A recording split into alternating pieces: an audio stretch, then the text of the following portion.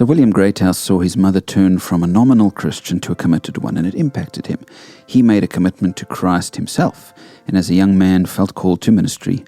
Over the years, he was called to pastor a number of Nazarene churches in the States, and he was greatly admired and loved as a pastor and leader.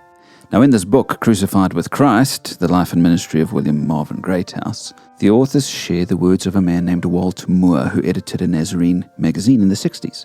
Greathouse had just been recalled to his church for another 4-year stint of ministry, and Moore wrote these lovely words about Greathouse in this magazine. He walks with God, and it shows. It shows in his ministry, it shows in his leadership, it shows in his everyday living.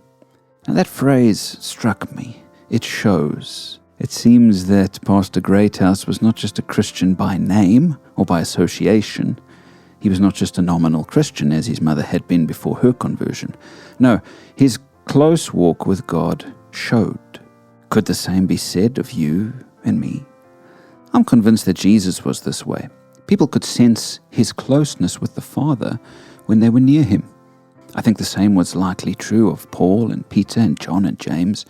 And I think there were many down the years whose closeness with God showed. It radiated from them. But then I also think of the countless unnamed Christians and unremembered faithful Christians throughout history who were never written of, but whose faith and closeness with God showed in their lives. Long forgotten by history, they're not forgotten by God. They're with him now, and their faithful witness was well rewarded when they met him face to face.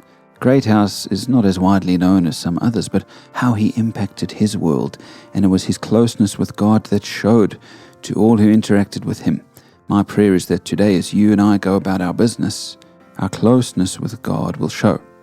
May our words, our actions, our thoughts even, be so aligned to Jesus and his ways that, to use the words of Paul, we shine like stars in God's name.